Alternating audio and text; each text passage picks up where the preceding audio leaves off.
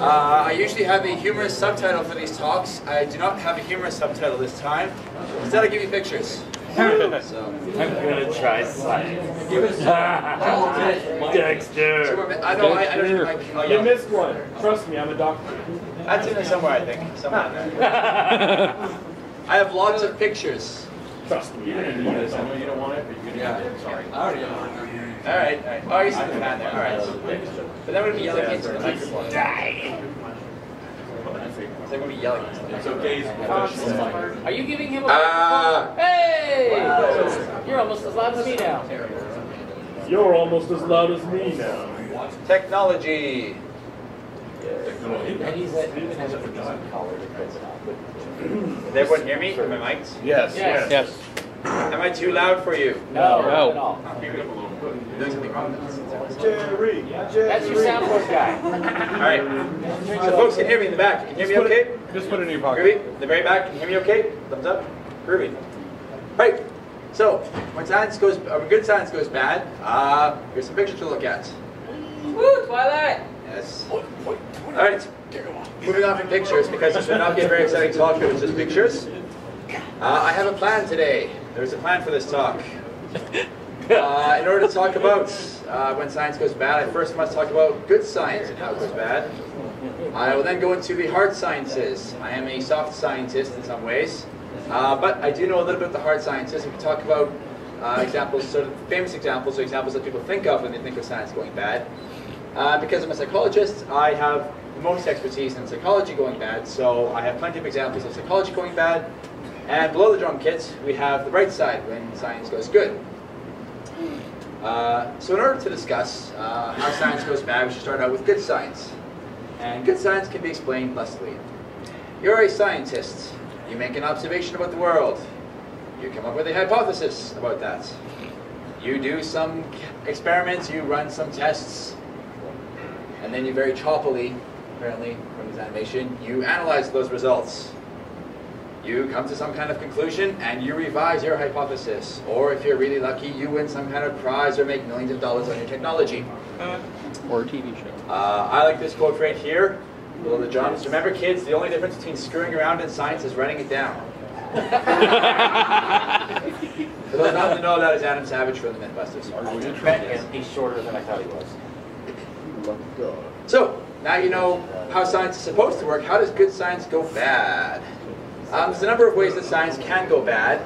The most obvious way is through the use of unethical procedures. Something happens during your study that harms participants. Participants get hurt in your study.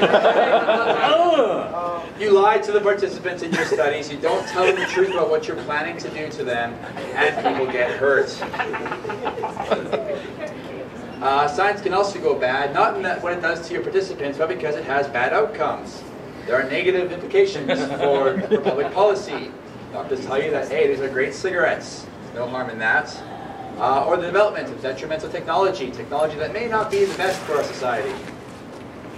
Science can go bad because it's based on poorly practiced, science being practiced poorly, not following the scientific method as Bill Nye taught it to us. So the use of flawed practices, or the use of biased or outdated procedures. For those who can't read, we won't be needing that. Click. All right in the back there? Good. Awesome. Good to go. Speaking of derpy. About the chair. Excellent. So why does science go bad? I told you a little bit about how science goes bad. But why does it go bad? Why do these things happen? Well, sometimes we just ignore ethics procedures. An ethical science cat says, but it was for science. Sometimes the studies we're talking about predate ethics boards. We weren't always concerned with ethics or the well-being of our participants. Some of these studies happened before that colorful golden era. Sometimes we have no consideration or care for the implications. Sometimes it's not a matter of, I wasn't aware that we were hurting people. Sometimes it's, I don't give a damn that I'm hurting people. Why would we do this? Because science can be profitable. Because we can become famous if we do this. Because we're at war. Science can sometimes have an ulterior motive. It can be used as a tool, wielded to justify a policy. Be that policy a particular theory you have, be that policy the one that a politician has, or be it because you like cigarettes. So to go into some of the examples from the hard sciences, these are the 4 that I plan to talk about today. Launching right into the pleasant topic of Nazi medical experimentation, we have this fellow here, Joseph Mengele, the angel of death, he was referred to. He's known for a number of really lovely bits of science. Particularly, he was known for his twin studies. Some of his more colorful studies involved injecting eyes directly into the irises of his participants in order to try to change the color of their eyes. He would sew participants together, these twins together, in order to see what happened if they were conjoined. He would dissect them immediately afterwards, looking at their bodies and trying to see what was the same, what was different. Very pleasant. But he didn't care just about the twins in his studies. His hypothermia experiments, where he would immerse his participants, and all these participants that you mentioned were gained from the concentration camps at the time. He would immerse them in freezing cold water until they died, and he'd keep track of how long they survived in different temperatures of water. And he did this for science. Transplant experiments, taking bones, muscles, nerve tissue from otherwise healthy patients and introducing them to otherwise healthy patients and seeing if it would take. Not particularly pleasant to the outcome. Chemical experiments, the use of mustard gas for one, exposing patients to it and then seeing what would happen, seeing if you could treat it. More often than not, they couldn't. Sterilization experiments, taking pregnant concentration camp attendees, prisoners, and sterilizing them with different techniques, seeing which is the most effective. Seawater, seeing what happens when a person is given seawater to live off of for nothing but weeks at a time. Usually it didn't last that long. Poison experiments, seeing what the lethal doses of different poisons were and what their colorful effects were on the human body. Head trauma experiments, if you call them that, strapping people into chairs and hitting them repeatedly with a hammer until they went crazy. High altitude experiments. I had a picture for this to begin with. I took it out because it was too gruesome.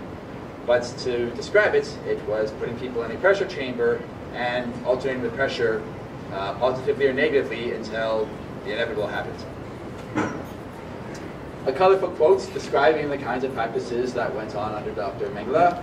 I have never accepted the fact that Mengele himself believed he was doing serious work. Not from the slipshod way he went about it. He was only exercising his power. Mengele ran a butcher shop. Major surgeries were performed without anesthesia.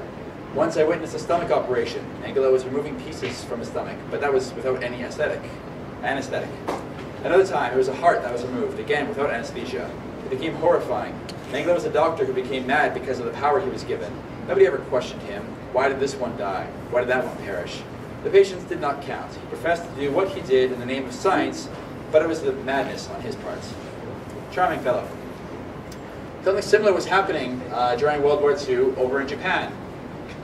Japan was running something called Unit 731 out of China, which was occupied at the time, or parts of China that were occupied at the time. And this was one of many facilities they had that were used for all kinds of experimentation. Vivisection was among them. If you folks know what a dissection is, vivisection is the same thing, but the patient's still alive.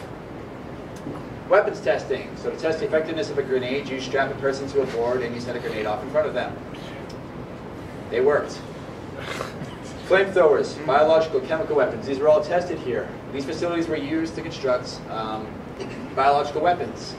They'd inject people with things, they'd make them sick, they'd take the fleas off of their bodies, and they'd put them into bombs and other explosives and drop them on civilian populations.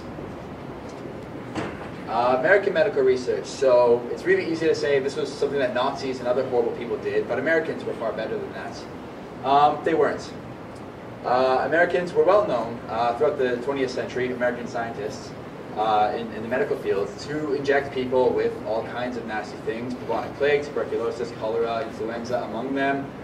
In 1950, bacteria were sprayed over San Francisco, and at least one person died of pneumonia as a result, to test the effects, or to practice what would happen in case of a biological attack.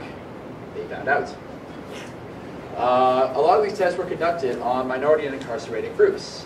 The general population wouldn't stand for this, so what you do is you recruit from prisons, you recruit from mental asylums, you recruit children, pregnant women, people who typically don't have a lot of rights, in this case minority members. Who here is familiar with the Tuskegee, I can never pronounce it right, Tuskegee, yeah. Do you know what this is?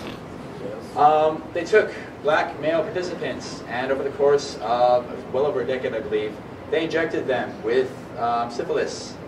At a time when they had treatments for syphilis, they withheld it. They lied to these people about what they had, and ultimately more than 100 of them died as a result. This was just one of many studies conducted by Americans. Studies on radiation, for example, were also conducted on American citizens. Again, the mentally disabled, on children. During World War II, those who refused to serve in the military, conscientious objectors, they made for great participants. Inmates from prisons, Canadians were great participants apparently. Pregnant women again. These people would be injected with radiation, exposed to radiation, and ultimately the results are pretty predictable. We know now what they do to people. If you think this is being harsh, I invite you to Wikipedia Project Gabriel, Project Sunshine, the Bikini Island experiments. Has anyone seen this picture before? I have an idea of the context of this picture. Anyone want to tell me what it is? The Bikini Islands nuclear testing. Yep. What was it? The Bikini Islands nuclear testing. Yeah. What happened here? They buried, well actually they blew up a nuclear bomb submerged underwater under a boat. They actually tried it twice. The first time it failed because it actually exploded in the air and it didn't, produce the results they wanted. So they came back, they actually lowered in a boat and they blew up the warhead with a bunch of test ships, which they had, American warships as well as Japanese warships out there, because they were trying to prove that these ships could actually withstand the nuclear blast and that they could actually just wash off the radiation with seawater, yep. Which they actually found out was a horrible idea because, for one thing, they were using contaminated seawater to try to wash off these ships. Yep. And horribly contaminated the Bikini Islands out there with radiation that today is still not safe. As a matter of fact, a lot of people wound up dying that lived on those islands whenever they tried to move back. Yep. Good answer. You know your history. Yeah, it was not uncommon for the United, well, not uncommon, but it happened several times where the United States would set off bombs and soldiers would be in proximity. They would send soldiers into the area with the fallouts shortly afterwards, and with predictable results. We know what happened to most of these soldiers. Chemical experiments, it was not uncommon for them to spray entire cities or population centers with different chemicals. They did it over Canada, different cities in Canada. They did it over St. Louis in this article right here. These are things the American government did, so it's not just the Nazis, those evil Nazis. This is something that happened during the Cold War in the years following World War II. The Manhattan Project is another example, not necessarily of bad science while it was happening, but science that had bad outcomes. So the Manhattan Project took place over 4 to 5 years, the development of the first atomic bomb, for those who probably know at this point. It was a large-scale project in the United States and employed almost 130,000 people at its peak. Some of the most brilliant minds in history were working on it at the time. And only a few of them were in the know. Many of them were oblivious to what was happening at the time. They knew they were working on something big, but they didn't know what it was being used for, what the ultimate goal was. And Einstein and several others expressed extreme disgust, extreme fright, extreme reservations when they realized what the final product was. And ultimately it led to Hiroshima and Nagasaki and to a Cold War that gripped most of the world for the subsequent 4 or 5 decades. So when looking at all of these examples, which are pretty grim, the question is what went wrong with science in these cases? And one of the big ones is the win-at-cost mentality. We're at war. Propaganda was big, people were afraid of the enemy, and so it was easy to justify these really inhumane things being done in the name of science. We needed science to beat our enemy is using science, our enemy is using these kinds of tactics, so we have to do it too. Ultimately, you dehumanized your participants. You especially saw this with the use of prisoners of war or with minority groups. We weren't working on humans, these were less than human, these were lab rats essentially. So it's okay to do these kinds of things to them. One of the other things that went wrong was that these studies were typically done in secrecy. The general population didn't really know what was going on with many of these. They're conducted at government facilities, typically off the middle of nowhere or with large amounts of security. The sign right here, what you see here, what you do here, what you hear here, when you leave here, let it stay here. Under huge penalties, you were not to talk about the research that was being conducted. Many of these studies weren't disclosed to the public until decades later. Ultimately, it's putting science before human suffering. It leads to this dilemma in many cases because, unfortunately, in some of these cases, we learned something. With the Nazi research on hypothermia in particular, any medical students in the room here may know this and be familiar with this. A lot of the research and a lot of the treatments for hypothermia today came about as a result of what was learned in the Nazi concentration camps under Mengele. And so you run into this dilemma of what do you do with this data? This data was obtained through all kinds of unethical research. Many people died to obtain this data. On the one hand, you can use this data to save lives in the future, but on the other hand, by using it, you're validating these immoral practices. You're saying, well, okay, even if you do these immoral things and ultimately wind up doing these abhorrent acts, we'll still use the data in the end. And it becomes an ethical dilemma, which there's no real clean answer to.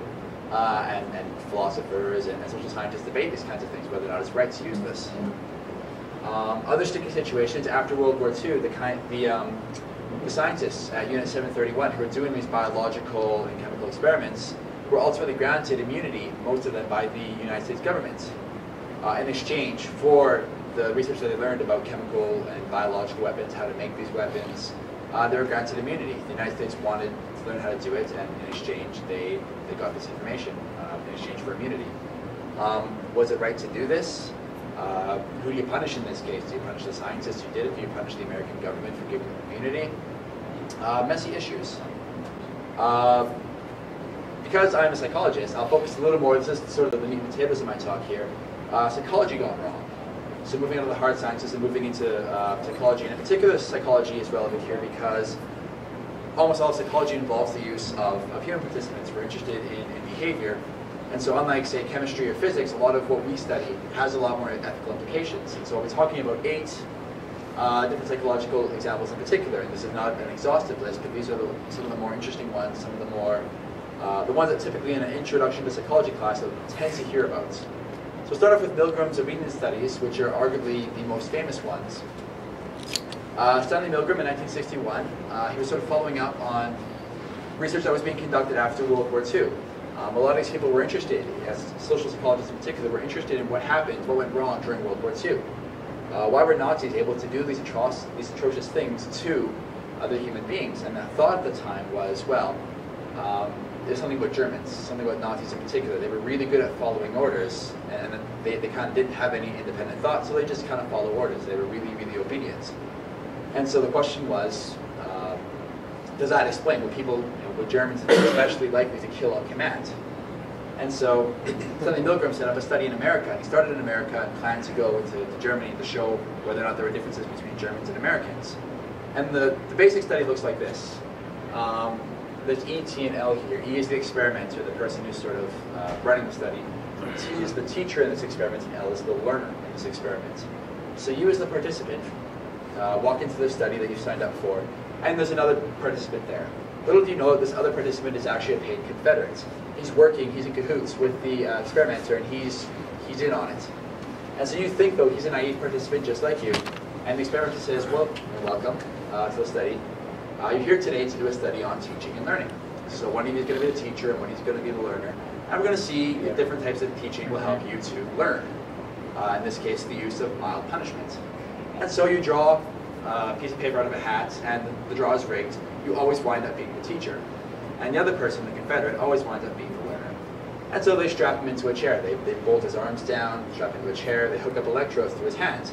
And they even let you feel a shock from this machine. You feel like, I think it's a 45-volt shock. So you feel that this thing is real. Oh, okay, so you're going to actually be delivering shocks to this person. And then you go into another room. You can see there's a wall between the teacher and the learner. And you sit down in front of a board. Okay, picture that.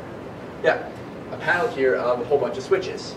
And each one has a different number, increasing from 15 volts all the way to 450 volts in 15-volt increments. So there's 30 little switches right there. And what you're told is you're going to read a list of words to the person in the other room, and you're going to listen to them through a little speaker, and you're going to listen to the responses. And if they make an incorrect answer, you're going to zap them, and then you're going to turn up the voltage. And then you're going to go on and go on. If they make another mistake, you're going to zap them again with this higher voltage, and then turn up the voltage. And every time they make a mistake, you turn up that voltage and zap them. So the experiment starts, and at 15 volts, the person eventually makes a mistake, and you zap him, and you hear him go, oh, that really sucks. The participant also mentioned, I should mention at this point, the Confederate also mentioned at some point, I have a heart condition. Is it safe for you to be passing electricity through me? And the experimenter says, yeah, it's fine. Don't worry about it. Your heart condition isn't a big deal here. So the study goes on, and you start punching the person, you gradually start increasing the voltage. And after a while, these sort of grunts of displeasure turn into pain, it turns to protesting, into screaming finally, banging on the walls. This person is screaming at this point. By 300 volts, they're screaming, they're saying, let me out. I don't want to do this anymore, my heart's giving me trouble, I refuse to answer anymore. And you continue going, the person's still screaming, and then there's this sickening moment where you zap them, and there's no response. It's absolute silence. And you go to the next one, and you read the question, and there's no response. And you look back at the experiment, and you say, what do I do? And he says, please continue. So you zap him again, there's no response. Zap him, and please continue. And it goes on and on and on until 450 volts. And this is a procedure. At this point, most of the participants are assuming they've killed the person in the next room. The person in the next room who was screaming is now dead. And the question that Stanley Milgram was wondering is how many of these people in this study would go on to 450 volts? How many people in this room would continue on until they've killed another human being? Because the person in a wet lab coat told them to. Has anyone here taken a psychology lecture or heard this before? I've heard of it. A bunch of you? Okay. How many people kill someone on command? What percentage of people? 68. Yeah, it was a really hard number. I give it like 70, but I don't know. It's pretty good. 5%. Yeah. 65 go on to 450 volts. 450 volts is well past dead. The person actually, I can't remember exactly what point they go silent, but it's somewhere between like 350 and 450. So it's actually more than 65%. It's probably closer to 70-75% of people will kill someone on command because a guy in a wet lab coat told them to. I had a video of this. If you ever get a chance to, go to YouTube and type in Darren Brown and Milgram experiment, and you can see exactly what this looks like. He recreated it for a television show. And you can see what these participants went through. It's pretty haunting. Because the initial response to this was outrage. The initial response to the study was, who are these sick, twisted individuals you had in your study? These sadistic, awful people. And the reality is these aren't twisted, sadistic, awful people. These are everyday people. They didn't want to do this. They didn't like doing this. In most cases, the response of people, as you can see here, was anguish. They were really nervous. They were shaking. They were sweating. They were uncomfortable, but they didn't feel like they could leave the study. A lot of the people from that study actually want to have psychological problems because of it. Not true, actually.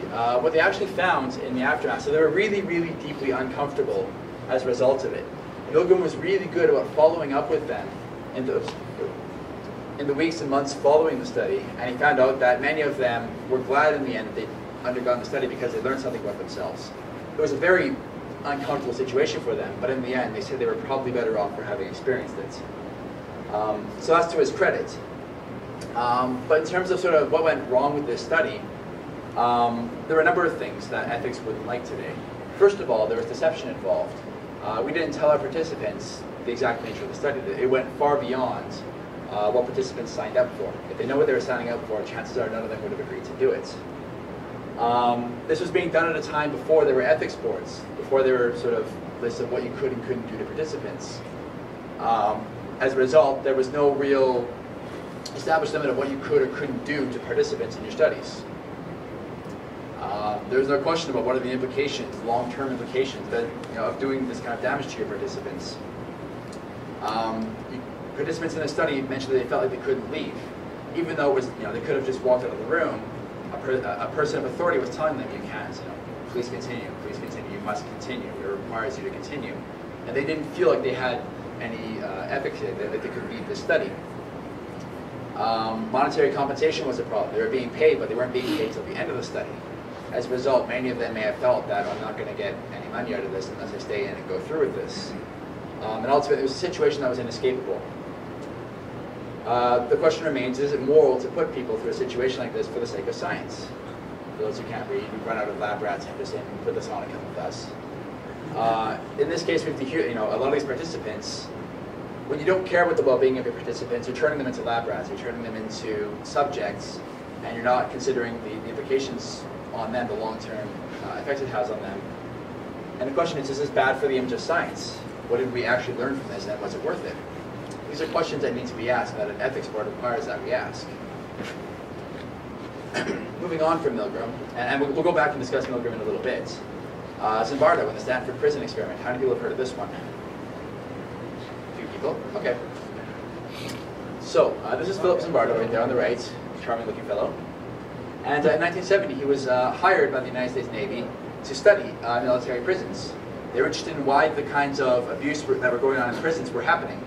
And so they said, we'd like you to answer this for us. So he did a study. He went to Stanford University and he turned the basement of the psychology department, into a prison. And then what he did, so he took several classrooms and he put bars on the doors. And then went out and got a bunch of undergrad students in psychology. And he took half of them and he said, randomly took half of them and said, okay, you guys are the prisoners. And half of them he randomly assigned to be guards in this study. And the prisoners, he gave them full prison outfits, and the guards, he gave them full prison guard outfits. They had the reflective sunglasses, they had the really attractive-looking khaki uniforms, batons, nightsticks, and what actually happened, the prisoners, and they signed up and agreed to this, were arrested at their houses. They were fingerprinted and ultimately brought to Stanford, the basement of Stanford University, and put in these cells. And the guards ran shifts, and they took care of them for at least a few days. And the idea was, this study was supposed to last for 2 weeks, and it was supposed to look at the interaction between the prison guards in the study and the prisoners in the study.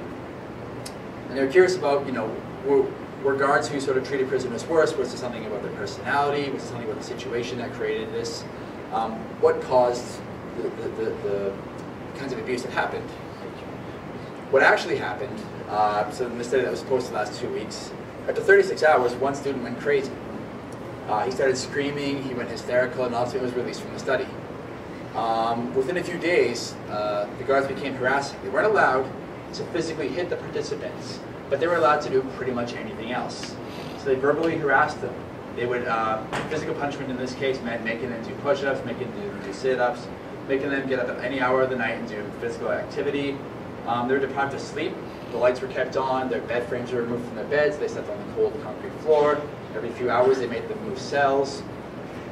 And by the end of a few days, 1/3 of the guards, these guards who were psychology students at Stanford University, a very prestigious university, had developed sadistic tendencies. The study was terminated at the end by 6 days, or after 6 days, because it wasn't allowed to go on anymore. It was too severe by that point, and it would never make it 2 weeks. So the question is, what went wrong with this study? If you see some of the videos, if you hear some of the interviews of these people, it got pretty bad at the end there. You can see from some of these pictures that there was humiliation, strip searching. You had the kinds of dehumanization that you saw in military prisons. Basic training. Yeah. See, I don't know enough about that, but I imagine the same sort of thing may happen there. So in terms of what went wrong here, Zimbardo placed himself in the study. He wasn't a prisoner or a guard, but he was sort of the superintendent of it. He was the one running the show. And he was actually observing. And as a result of actually being there on the cell block and watching everything happen, he said himself that he allowed it to go on far longer because he was personally involved in the study. It shouldn't have gone on that long. Other things, participant abuse was allowed to continue. When these things were happening to participants, the study wasn't called off. It was allowed to keep going. Concerns for participant safety, was the study allowed to continue on longer than it should have? Just for the interest of seeing where it was going to go because of the biases of Zimbardo. Was there concern for the well-being of the participants? And ultimately, did participants feel like they could leave? Even though ultimately they signed a consent form that said they could request to leave at any time, what happened to a lot of these participants in this situation, when you put on a prison guard, after 5 or 6 days, you start to really feel trapped. You start to take on that identity. We're furries, we put on fursuits and we take on an identity. We can understand the power that a uniform or that a costume has. And these people, you're wearing it constantly for 5 or 6 days, it does something to you. And they didn't feel like they could leave by the end of this study.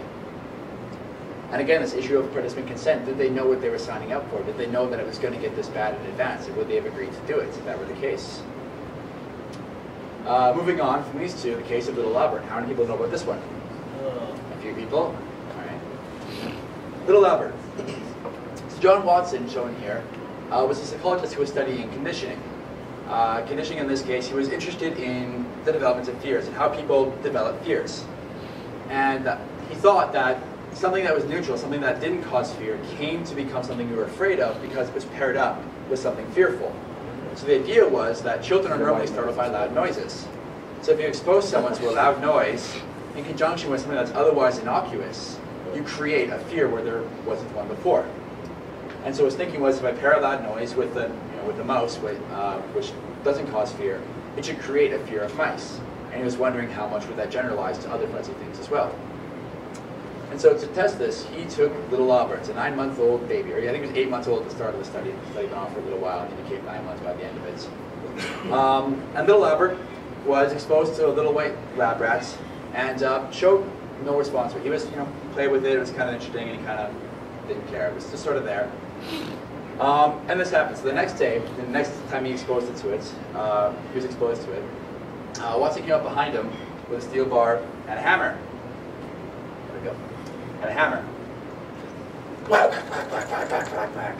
Made the biggest noise he possibly could, and scared the crap out of little Albert. I like how there's a bunny in that picture instead of a lab rat. I've tried. Yeah. There's not a lot of pictures with babies and hammers held in ominous positions. Yeah, that's good. I did my best. That's good, that's good. What did you Google to get that? Babies with hammers? Babies and hammers. Is that a scope behind it? Babies, rodents, and hammers. Click the porch engines, right? No response. So he was curious as to what had happened. So obviously little Albert was terrified of this rat the next time he was exposed to him. He thought something bad was going to happen. And the question was, would it continue? And yeah, sure enough, 17 days later when he tried it again, he exposed Albert to the lab rat, and Albert freaked out. He was terrified of this thing. Interesting. And it generalized. So little Albert developed the fear of lab rats. He also developed the fear of little fuzzy white bunnies. He also developed the fear of anything furry in general, including humans, including our favorite humans. So that's all fine and dandy. So now we've terrified this child, and that's bad enough to begin with. So you've now created a phobia of anything fuzzy in this child. So that's pretty bad. But there's another little twist in this. There's a way to uncondition this. There's a way to take out the conditioning in this and get rid of this fear. The study ran out of funding before they could do that. So somewhere out there, he's probably long dead by this point, is a little boy, or I guess a grown man, for whatever reason, unbeknownst to him, is terrified of men with beards, of anything fuzzy, of Santa Claus, of, yeah. Probably not a furry. Probably not a furry. you wouldn't find him at Oklahoma. I thought he actually was supposed to have started trying to correct the problem. Started doing the conditioning otherwise, and then they lost funding. But he actually, I think somebody later on came along and reconditioned the same child, little Albert. There's a lot of it's sort of become a folk legend among psychologists what actually happened to little Albert afterwards. Some say they never found him. Some said they found him and deconditioned them. Some say that they never found the right one. Yeah, there's a couple articles that have sort of said, oh, here's what happened to him. And no, it's not quite 100% clear what actually happened to him. Okay. Because I had actually heard some of the ones where they said, he'd actually, wind up being deconditioned against that eventually or anything else, and they actually wind up fixing it. That's how they actually discovered a lot of this stuff. Yeah. They weren't sure if they found the right one or not. There's been a recent article, I think, said that they found another one who was supposedly Albert, and he died, years and years later, never having. So it's up in the air. We're not quite sure. So some of the problems, what went wrong with this study, it's suggested by several that Watson knew how long the study would last, he knew what the funding was, and he kind of knew that he wouldn't have the time or the resources to decondition little Alberts. It was sort of paying lip service to the idea, yeah, sure, we'll try and decondition him, but they never really got around to it. If you knew that in advance, that's not such a good thing, and it doesn't say much about what he thought about the participants in his studies. Albert left the study worse off than when he came in. This is a problem, especially if you're trying to recruit participants for future studies. Albert's age. Albert was only 8 months old when they recruited him. He was thusly unable to give consent to this. His parents could possibly get, his mother gave consent to it, but the question is, Albert himself, if he knew where it was going, if he knew, if when he was 18, 20 years old, if he knew what would become of him, would he ever said that it was okay to do this to him? And undue distress was done. He was made to be terrified during the course of the study. These are all things that ethics would frown upon today. Moving on from little Albert, learned helplessness in animals. This is one that I think will resonate with furries. Is anyone familiar with learned helplessness? Is this anything to do with Pavlov? No, not quite. So Seligman and Meyer in 1967 started up this set of studies to try and study depression. Specifically that feeling in depression of why bother, it's not going to get any better. Homer Simpson put it best when he said, trying is the first step towards failure. Don't bother trying because it's not going to get any better. And this is something that a lot of people with depression will recognize. And so they were studying this feeling and how this feeling comes about and what kinds of things lead to these kinds of feelings. And they did this using dogs. And they wanted to see whether or not, what kinds of things led to this feeling of learned helplessness in dogs. And here was the setup. We would put them in cages with wire, sort of a metallic grill at the bottom, which could become electrified. And what they would do is it had this little cage right here with a separator, and a little green light would appear, or not green, because the dogs are colorblind. A little light would appear, and the little light turning on meant in a few seconds the floor is going to become electrified. There were two conditions. In one condition, the dog could step over the little barrier into this other area, which was perfectly safe. In another condition, there's a barrier put up there, and a dog could only watch the other dog escape the shock, but he himself could not escape the shock. And what they learned, quite predictably over time, the ones who could escape the shock learned to escape the shock and were perfectly fine. The ones who did not escape the shock would learn to lie down and curl up and just kind of accept it.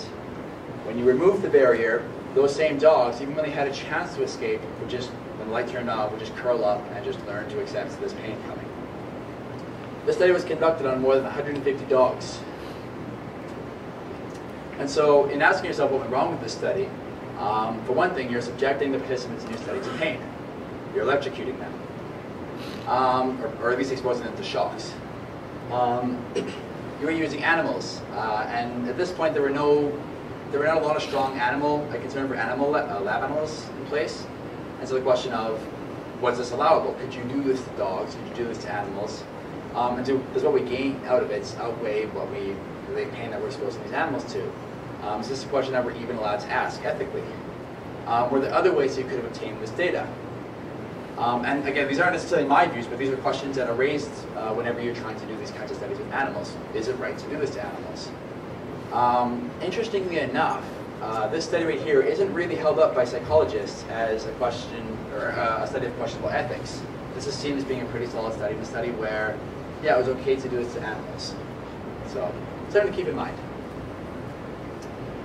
Burkhardt Moniz and the lobotomy. Many people know what a lobotomy is. Know what it is? Yes. Excellent. So, Burkhardt and Moniz were Nobel Prize winning scientists. They were at different times in different areas of the world, but there's about, I think it was like 40 or 50 years separating them. But at different times they were working on the concept of lobotomy. For those who don't know what a lobotomy is, you take this cute little ice pick looking thingy on the bottom and you hammer it over the eye socket, or over the eyeball, to the back of the eye socket, punch it through the back of the orbit, and as this medical textbook shows, you wiggle it around, thus scrambling up the prefrontal cortex in your brain. The result is a participant who may have originally been very psychotic or very unstable, difficult to deal with. They're now calm, they're now docile, they're not very emotional at all. This was performed on more than 60,000 participants worldwide, and in some places was conducted right up until the 80s and into the 90s. In some places it's not illegal today. The research that, actually I'll get to that part in a second. For those of you who are unlike me and who are squeamish or have not been desensitized by video game violence, I advise you to turn away for these next few slides. You've been warned. This is what it looks like. This is a particularly barbaric procedure. So, it's good now, it's safe to look for I've anything. seen worse and more. But they, what did you say? I've seen worse and more. Yeah, but these are. Yeah. I'm not going to respond to that one. So this was used as a treatment for a number of psychiatric disorders. The idea was by severing connections with the prefrontal cortex, you would, it was theoretically supposed to make for calmer patients. Later on, they changed the procedure to use this little device. And the idea was, it involved a little less scrambling and a little more cutting of things, but you're still hammering something into behind a person's eyeball. It was well-meaning as a procedure. It's important to know that it was well-meaning. A lot of the time, the idea was to try and help the patient. The initial studies were kind of discouraging, namely the fact that I think the first study, which had 4 participants, one of them died and one of them became a complete vegetable. So it didn't have a very good track record. And was deemed by many to be hazardous. One person said that it would ultimately turn an insane person into an idiot. So it had these pretty notable side effects. So with this noble intention of helping people, the question is raised, well, who exactly are you helping? Are you helping the people who have to take care, the caretakers of these psychotic individuals, or are you helping the individuals themselves? Who's actually better off? Patient consent. In a lot of cases, the psychotic individual wasn't actually able to give their consent, wasn't able to say, yes, please give me this lobotomy.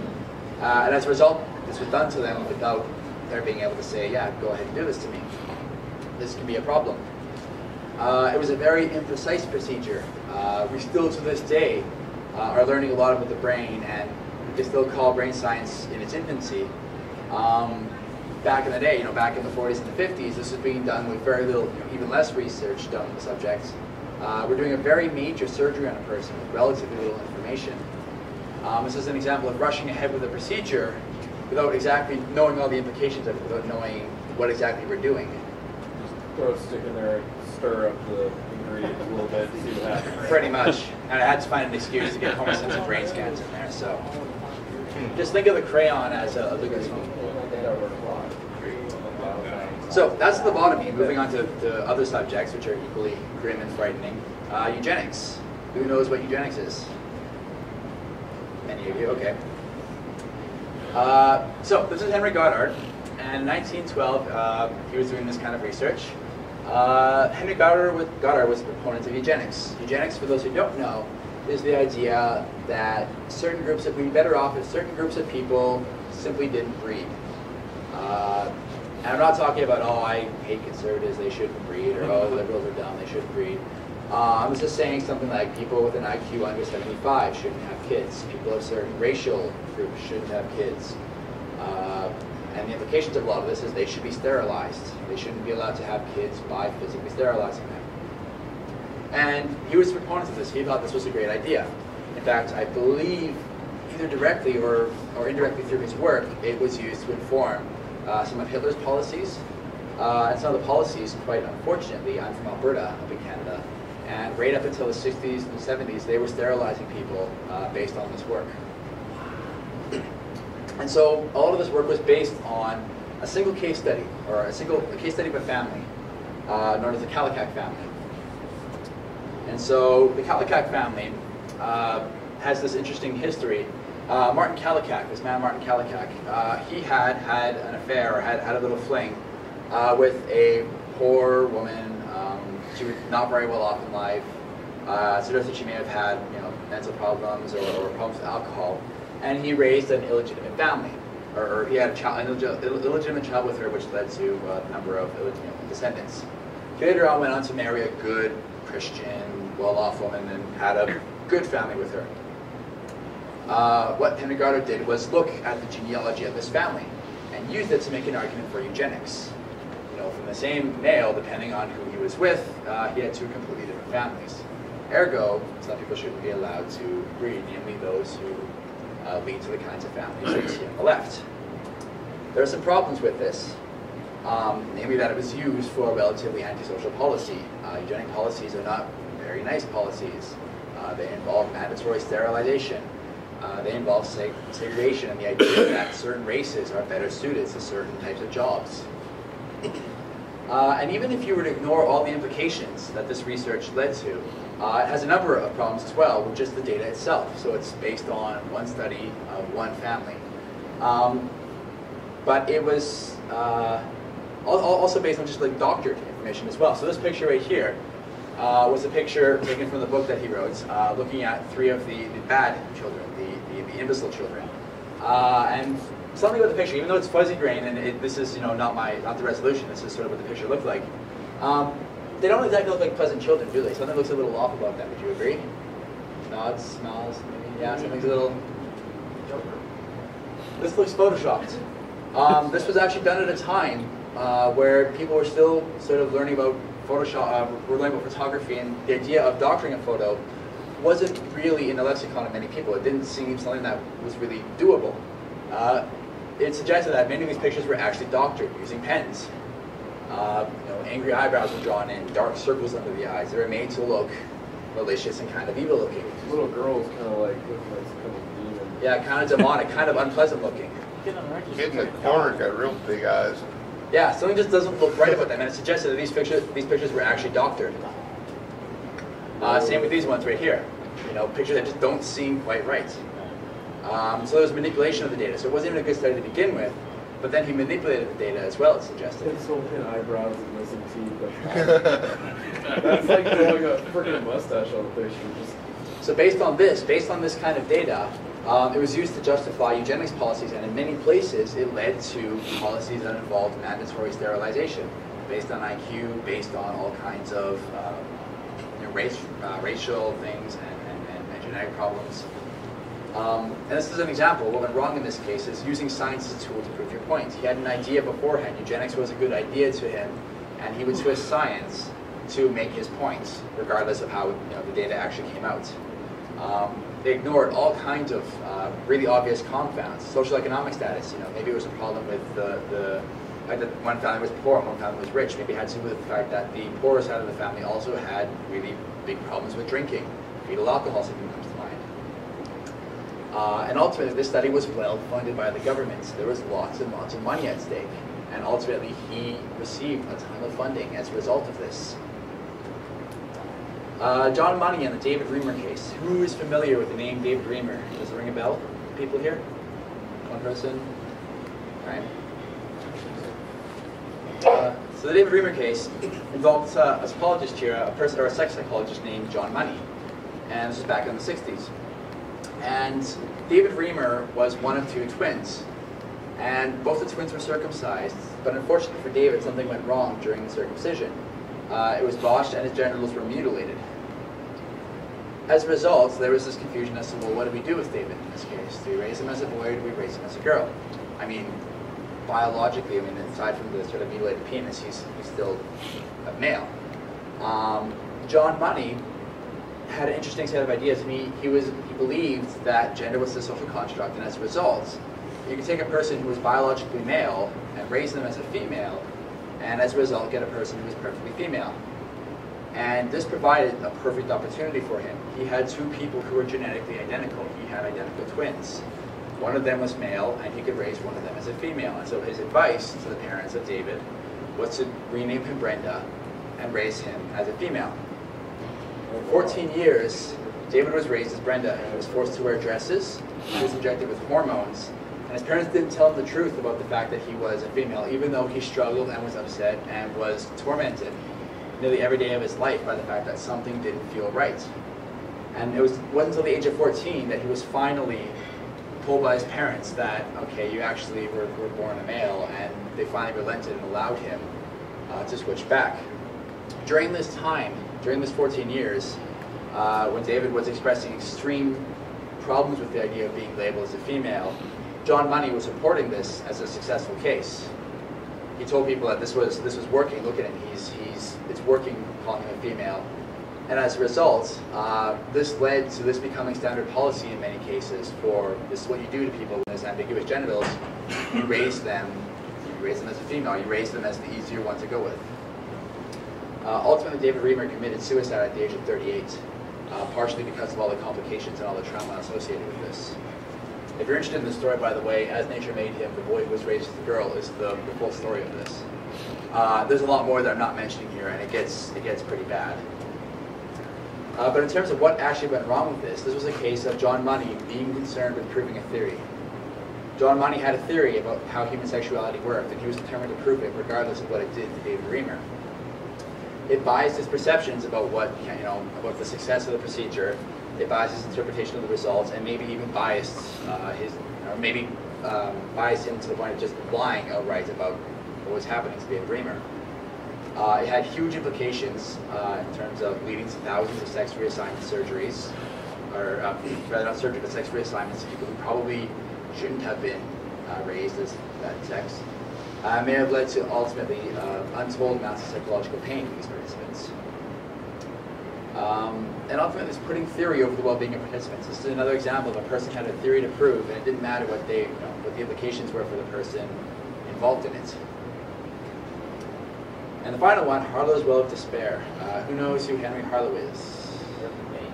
There's a couple of psychology students in here, I'm guessing. All right, this is perhaps the hardest one for furries. And it starts out with kind of a cute story, actually. So Henry Harlow was interested in maternal love. And he took these little monkeys who had been taken from their mothers, and he raised them in these situations where they had surrogate mothers. And these two surrogate mothers, one mother was a wireframe mother, and one mother was a terry cloth mother. So the mother on the left was wireframe and not very cold, warm and cuddly. In fact, it was kind of cold and uncomfortable. But it provided the monkey with milk. On the right, there's the terry cloth mother. She was warm and cuddly, but didn't provide the little monkey with milk. And the question was, which one would the monkey be more attached to? To see what is it that causes maternal love. Is it the fact that the mother is the one that raises you, or is it the fact that the mother provides this love and this nurturance? And what he found was that it was the latter. It was the loving and the nurturing part. The monkeys tended to, while they used the mother on the left for feeding, they would immediately run over to the mother on the right, and that was the one that they felt the most attached to. And this was heralded as very good research. The problem started in 1971 when Harry Harlow, his wife died of cancer. He became immensely depressed afterwards and began spiraling into this darker and darker place psychologically. He became sort of obsessed with this idea of depression and isolation, and as a result he wanted to study it more and more. This led him to take the monkeys in his studies and leaving them in dark steel cages with one-way mirrors, and he'd leave them there for up to a year and see what would happen to them. As predictably, we take a social creature and we raise it in isolation, we raise it in a dark windowless cage. They become very depressed. They would barely move. They were bullied when they were introduced into regular populations. Two of them would go on to starve themselves to death. The ones who would live long enough to have offspring ended up being terrible mothers. One of them crushed its baby's head. The other one would chew its baby's fingers and toes off. And it gets worse. Ultimately led him to create what he called the well of despair. His graduate students and many of his colleagues encouraged him not to call it this, but he insisted that it be called the well of despair.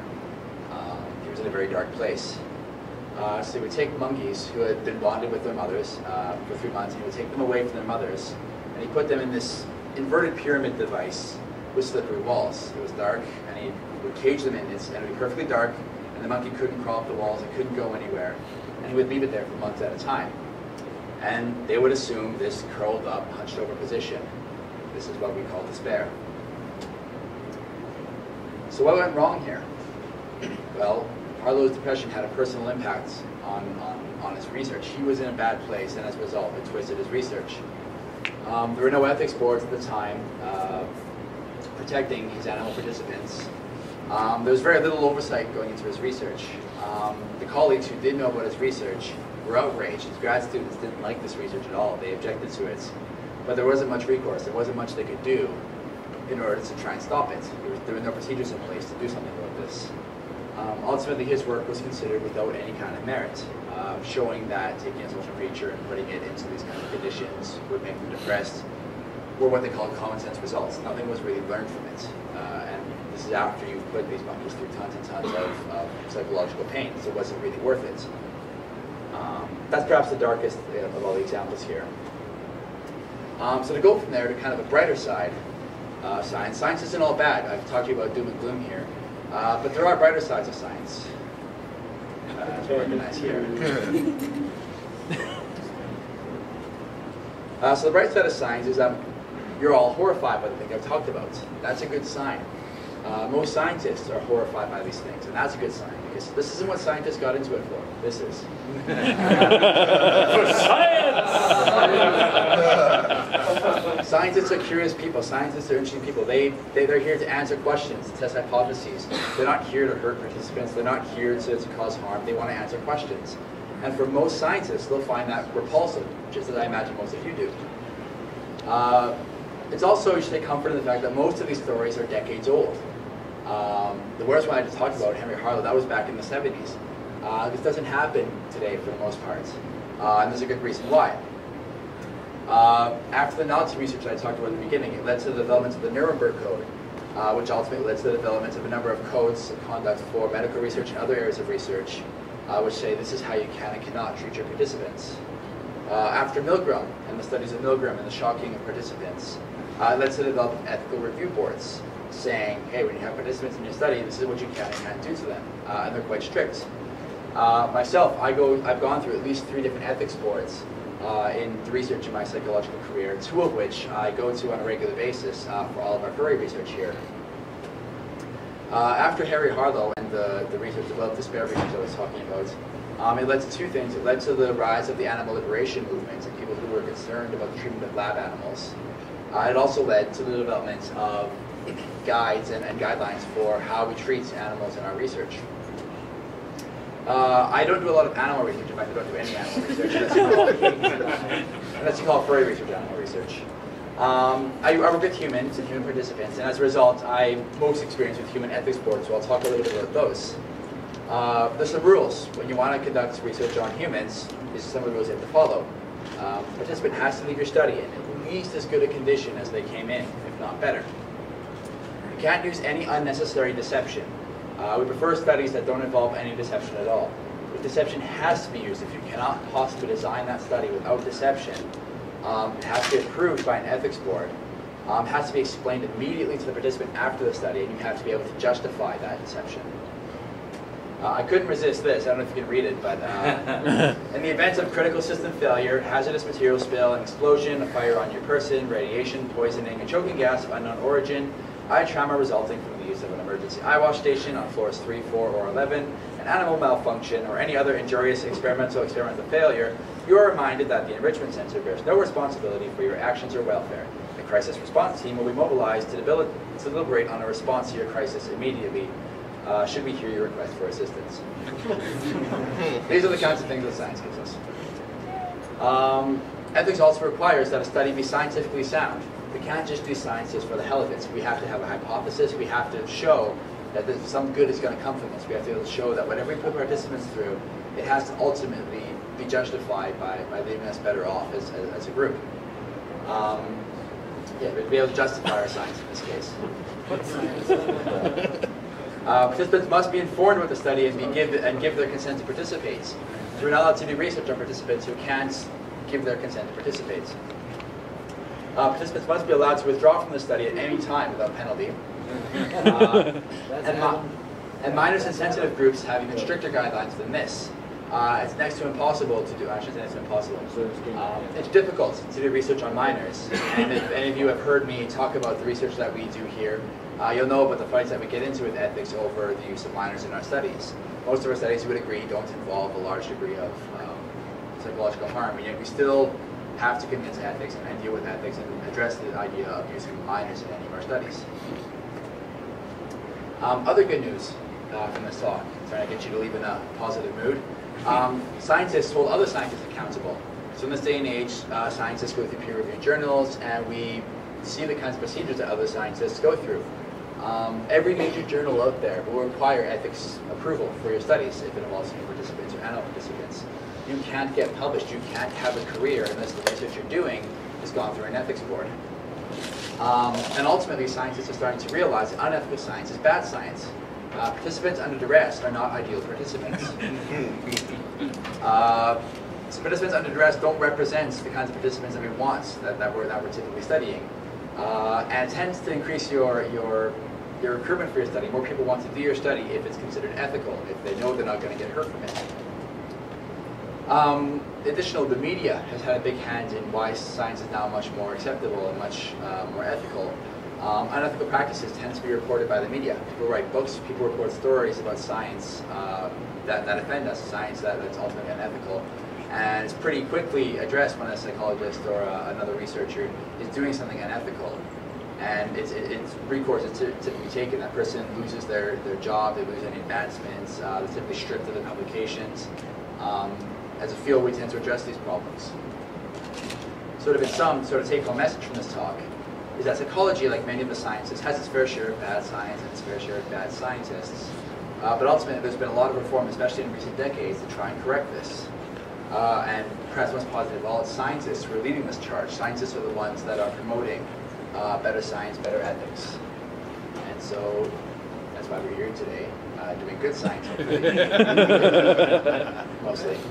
For science! For science. Right, thank you.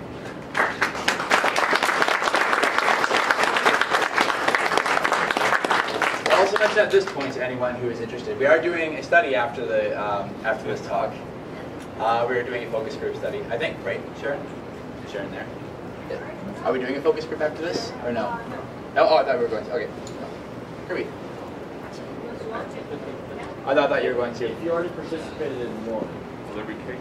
Tell us about it.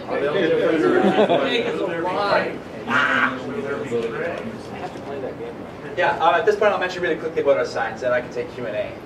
Our cognitive study that we tried to run yesterday, that was running here, we had one participant show up. That's not so good. So today we ran it out of the turkey roost, and it went a lot better. So in the next, tomorrow, we'll be running all of our studies out of the turkey roost. We encourage you to show up at the table. We're working the bugs out of them. Hopefully we'll be able to get anyone who's interested in doing one of these studies through at least one study. Yeah, if you have questions about ethics or want to ask about, I'm mostly informed about the psychological stuff, so I'm happy to discuss that with you. Or about our experience with ethics and what we've had to go through to do the kinds of ethics that we do with our furry research, and I'd be happy to talk about it. So, yes? I always like to know what they've said no to you on. What did you want to do to us that they denied? That's a good question. I'd like to know that. Nothing too bad. I laugh at this story. I think if anyone was here yesterday, I think I told this story. One of my favorite ethics stories is ethics. In one of our ethics applications, we asked, among other things, 2 different types of questions. One we asked, I think it was an autism scale, or asked about Asperger's or autism spectrum scale. And another one we asked about was bestiality. In order to sort of dispel the idea that furries are people who have sex with animals, we thought we should ask about it and see if it's true or not. Ethics was totally against the use of an autism scale. It said absolutely not. They were fine with the bestiality scale. You can't possibly ask someone if they have. So, I don't think ethics typically doesn't kick back. Usually going into it, we typically ask questions that we have good scientific reason to good hypotheses. Typically when we talk to furries, we get ideas for furries to tell us ideas that tend to make sense. They're not typically way out there. Furries are pretty open and pretty good about talking about things. We're not usually asking things that upset or offend them. So typically they take it pretty well. Typically ethics understands this, and we get along pretty well with ethics actually. Sharon? Yeah, I've had a lot of experience with ethics getting back, and a lot of experience with ethics getting back stuff. And they'll kick back on the weirdest things, like if you're going to use a radio button on an online study, if you don't have a prefer not to respond, they'll just if you're male or female, you cannot click. Once you click once, it will make you change. They'll make you put in a prefer not to respond. So if somebody clicks one and then wants to unclick it, they have a different option for it. So I mean, very simple things like gender. And they will, I've had things kicked back about the PHQ-9, which is a depression measure. So this has been, I do all different kinds of research. I do diabetes evaluations, work for the province, and all kinds of different stuff. This PHQ-9 has been used in doctors' offices for a long time. Been approved previously by different studies, and I wanted to use it on an online study of eating disorders. And they kicked it back and said absolutely no way. And this actually happened at 2 different universities. And the reason was that they said, well, there was one question on the PHQ-9, which is the last one in the last 4 weeks, or last 2 weeks, if you got about killing yourself or harming yourself in any way. And then it's a 4 Likert scale option of going from not at all to every day. And because this was on there, they said, well, you can't ask that question because they want to have want you to have crisis intervention available in case somebody feels triggered by this. So I responded by giving them data from JAMA, Journals of the American Medical Association, stating that in fact experiments have shown that if you ask somebody about suicidal behavior, that in fact they're more likely to ask for help than they are anything else. It's actually a positive thing. And they still said, no, we just don't want that responsibility. So there's a lot of, we don't want to be responsible for anything, so we won't take the chance to introduce it. So if you happen to feel suicidal, that's your problem. As long as we don't know about it, it's not our problem. So there's a lot of that going on. And yeah, it got picked back in two different studies. Where else did they kick back? They'll kick back anything. You know, there are differences in Canada and America on questions about race. So in U.S., it's pretty custom to get it's pretty common to get 4 types of race, and that's it, which I always find interesting as a Canadian. But you're either white, non-white, Latino, African American, and maybe you'll get Asian. Maybe you'll get a 4th category in there. But in Canada, they're pretty sticky about the way those kinds of questions are asked, and they will go back and forth on trying to. They want to make sure that nobody's offended with this. On a bit of a lighter note, I'll mention in my other life when I'm doing my psychological research, one of the things I study is video game violence. So the gamers in the room, how many people have played Half-Life 2? That's pretty good. Because I picked the popular game. How many of you would describe Half-Life 2 as gratuitously gory and you know? Okay, that's good. Ethics initially was concerned about the degree of gore in one of my studies that involved the use of Half-Life 2. They were concerned that I may have been exposing gamers to levels of gore they may not have been ready to handle. There aren't a lot of gamers in ethics, I guess. Before we continue on, what I want to mention really quickly is this good idea by my RA Rebecca. Are people interested possibly in getting these slides? If I made these slides available, or if you could email me these slides, or if I could email you these slides, would people be interested in obtaining them? Would it be? Yes. Okay. I don't know if we get a piece of paper and a pen for one of my reasons. Or I can type it down afterwards. If you want to come up to me, yeah, I have a laptop. If you come up to me after the talk, I can quickly get your email address. I can send these out to you if you would find that useful. So, awesome. Other questions? Yeah. Actually, you was mentioning that in very few cases, deception is actually allowed. Yeah. I'm guessing one of the primary ones for this is like placebo effect. Yeah. So the question is, or the comment I suppose is, that I mentioned that deception is sometimes allowed, and one of the places where it's allowed is in the use of something where a placebo effect is expected. And yes, it's entirely true. There are actually a lot of cases where we can use deception. A lot of psychological studies, especially social psychological studies, require the use of deception because they involve things like social desirability or experiments of bias. If the person catches on to what they suspect the researcher is looking for, they may change their answers in response. So for example, I have to lie to participants in every one of my video game violence studies. I have to lie to them about what the study is actually about. The reason being that if they knew that it was a study looking at video games and their effect on violence, a lot of the gamers in a study would change their results or change the way they respond to try and disconfirm the idea. I mean, most of us have an idea in our head. If you're a gamer, you tend to dislike the idea that video games will make you more violent, and so to try and sort of prove that hypothesis wrong, you'll do anything in your power to try and resist that, whether consciously or unconsciously. And so we sometimes lie in those kinds of incidents, or in instances rather. I'm trying to think off the top of my head when else we would lie. Those tend to be the big ones, when we think that the person will have a pretty good idea of a hypothesis in their head that might bias it, or when we think that it may be really obvious. If we told them what it was about, that they may obviously try to change the way they respond as a result. And most studies, to get around this, will do what's called a partial disclosure. We'll say in the beginning, we'll tell you most of the details about what the study's involved, the important stuff, so what you're going to kind of go through to make sure that you agree to, yeah, you're going to play a valid video game. We're not going to lie to you about that and sort of spring that on you. But we may not disclose the hypothesis to you in advance, because that may influence your responses. Other questions, thoughts, concerns, comments? Thank you. Science! Just as a question, I've never given this talk before, so like my talk last night I gave, I've given to a lot of different audiences, and it tends to be received pretty well. Just to sort of show of hands, was this enjoyable? I was concerned that it was kind of a dark talk. Was this sort of an enjoyable talk? Yeah, informative. All right, informative. I was concerned that it'd be kind of a downer for a furry convention. Now here's all the awful things the scientists have done. You scared the mouse with the hammer and the steel. I didn't do it. I didn't do it.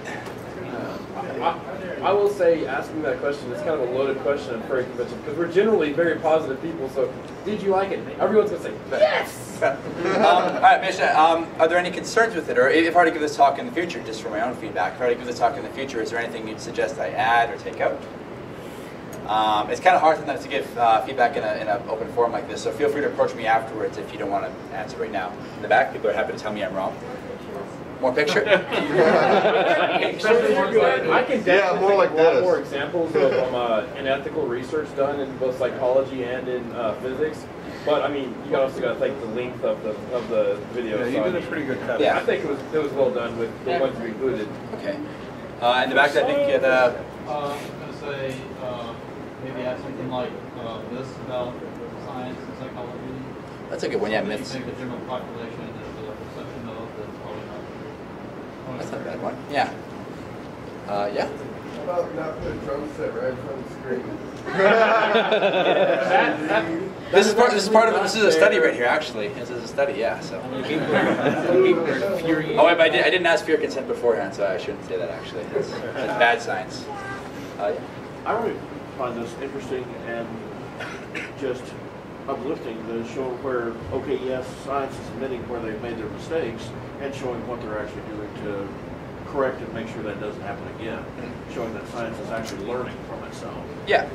Maybe it's a contract effect. I'm hoping that when you see really bad science, when you see our science, hopefully it'll look really good by comparison. You say, well, at least we're not scaring the crap out of furries, or leaving them with permanent disabilities. No nails through the head. So. You had a question? Or I'm concerned about this now. You might have a question. You raised your hand. Oh, yeah, no question then? All right. I think you drunk your As long as you don't get a bunch of furries coulrophobia, it's okay. I did. All right. Suddenly, they're all afraid of their own costumes. All right, well, thank you very much. And you guys can definitely come up and talk to me afterwards. And if you want a copy of this talk, by all means, come out to me and I'll get a list going. And I can mail it out to you. Oh, you can do a list? Okay. Comes out to Rebecca and she'll do the list. Excellent. Thanks very much, guys.